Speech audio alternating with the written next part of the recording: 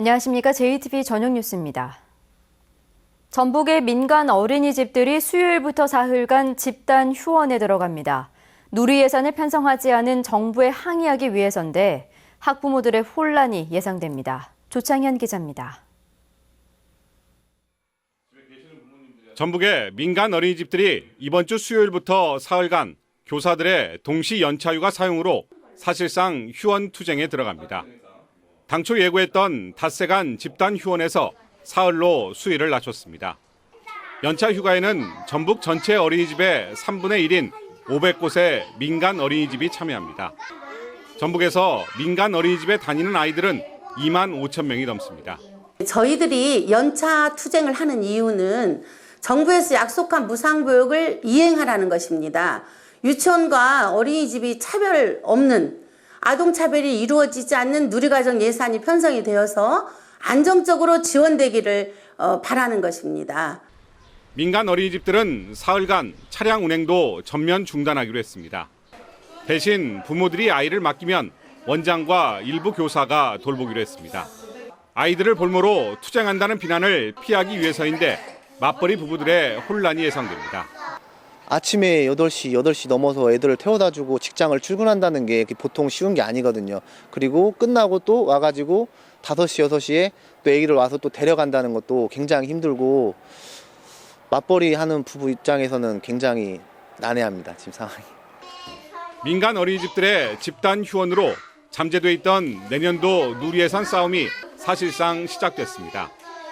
정부와 교육청의 힘겨루기 속에 내년도 예산 지원은 매우 불투명합니다.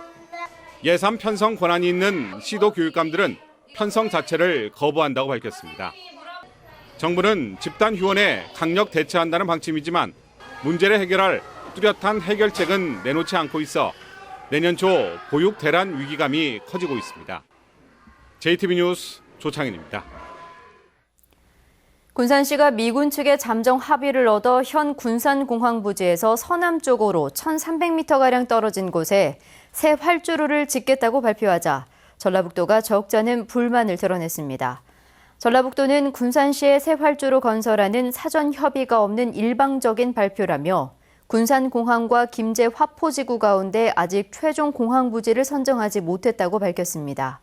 전라북도는 내일로 예정된 전북권 항공수요 최종 보고회를 앞두고 군산시가 여론 선점을 시도한 것 같다며 군산시를 상대로 경위 파악에 나서 양측의 갈등이 커질 것으로 보입니다.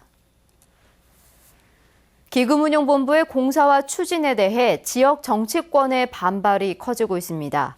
전북도의회는 오늘 기자회견을 열고 지난 2013년 여야 합의로 기금운용본부의 주 사무소를 전북으로 옮기기로 약속하고도 이제 와서 공사화를 추진하는 것은 전북 이전 약속을 뒤엎으려는 악의적인 결정이라고 주장했습니다. 이들은 또 최광 국민연금공단 이사장의 사퇴를 종용하는 것도 기금운용본부의 공사화를 위한 의도라며 정부는 기금운용본부의 공사화와 국민연금공단 이사장의 밀어내기를 즉각 중단하라고 촉구했습니다.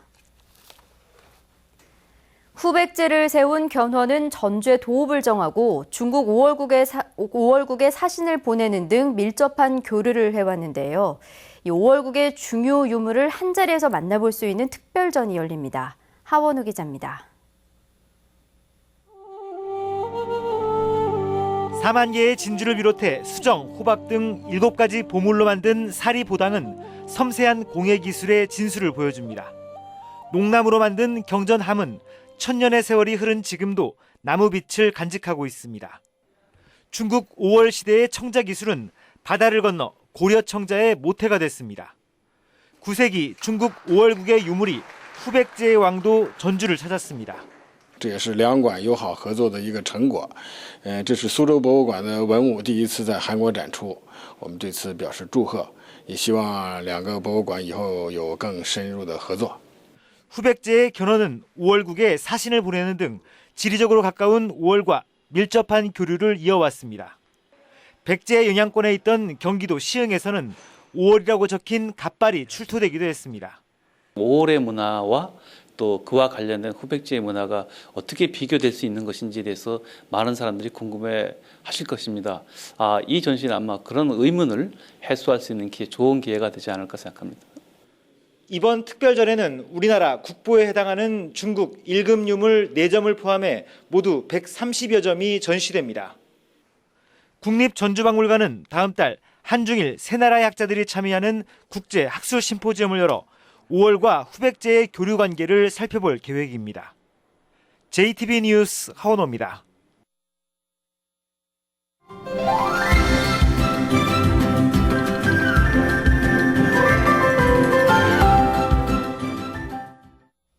겨울철이 다가오면서 중금속이 포함된 미세먼지 농도가 높아지고 있습니다. 입자가 작은 미세먼지는 폐포까지 깊숙이 들어가 건강에 악영향을 끼치는데요. 어떤 대처법이 필요한지 알아봤습니다. 건강한 생활 정원익 기자입니다. 희뿌연 먼지 안개가 가득합니다. 미세먼지 탓에 운동 나온 시민들도 크게 줄었습니다.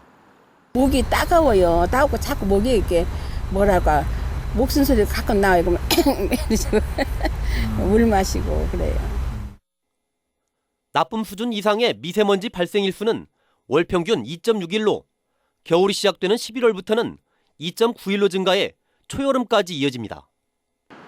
미세먼지는 크기가 작기 때문에 코 점막에 걸리지 않고 호흡기를 통해 폐포까지 들어갑니다. 기관지염이나 후두염, 감기는 물론 심할 경우 천식이나 폐질환을 일으킬 수 있습니다. 특히 노인과 어린이, 임산부 등 면역력이 약할수록 더 위험합니다. 폐포에서 염증 반응을 일으켜서 기존의 천식이나 알레르기 비염과 같은 알레르기 질환자나 아니면은 COPD와 같은 만성 폐질환자의 경우에는 이전에 있던 증상을 악화시켜서 호흡곤란이나 기침 가래를 더 유발시킬 수도 있고, 미세먼지 농도가 높은 날에는 무엇보다 외출을 삼가는 게 좋습니다. 밖에 나가야 한다면 마스크를 쓰고 돌아온 뒤에는 눈과 코, 입 등을 깨끗이 씻어 미세먼지를 없애야 합니다. 또 미세먼지가 많은 날에는 자주 물을 마셔야 기도에 남아있는 노폐물을 제거할 수 있다고 전문의들은 조언했습니다. JTB 뉴스 정원익입니다. 전주지법 형사 3단독은 친동생을 정신병원에 강제 입원시킨 혐의로 기소된 72살 장모 씨에게 징역 6월에 집행유예 2년을 선고했습니다. 장 씨는 지난 2011년 전주의 한 식당에서 동생 55살 장모 씨가 돈을 달라며 행패를 부리자 장 씨를 정읍의 한 정신병원에 4개월간 강제 입원시킨 혐의로 기소됐습니다. 전주 덕진경찰서는 자신을 만나주지 않는다는 이유로 헤어진 여자친구를 때리고 감금한 혐의로 23살 김모 씨를 불구속 입건했습니다. 김 씨는 오늘 오전 0시 반쯤 전주에 있는 헤어진 여자친구 20살 이모 씨의 집에 찾아가 이 씨를 여러 차례 때리고 차에 태워 2시간 동안 끌고 다닌 혐의입니다. 군산경찰서는 자신이 일하던 매장에서 중고 휴대전화를 훔친 혐의로 군산에 사는 21살 전모 씨를 불구속 입건했습니다. 전 씨는 지난 8월부터 최근까지 14차례에 걸쳐 자신이 일하던 매장에서 260만 원어치의 중고 휴대전화 16대를 훔쳐 내답한 혐의입니다. 전북은 오늘 정읍 23도, 전주 22도 등을 기록했습니다. 내일은 새벽부터 비가 내리겠습니다. 이번 비는 내일 낮까지 10에서 40mm가량 이어진 뒤 점차 그치겠습니다. 비가 오면서 돌풍이 불고 천둥과 번개가 치는 곳이 있겠습니다. 낮 기온은 15도에서 18도에 머물고 찬바람이 불면서 체감 기온은 더 떨어질 것으로 보입니다. 내일 바다 물결은 2에서 4m로 높게 일겠습니다. 전주기상지청은 오늘 주말까지 갈수록 기온이 떨어져 쌀쌀할 것으로 내다봤습니다. JTB 저녁 뉴스를 마칩니다. 고맙습니다.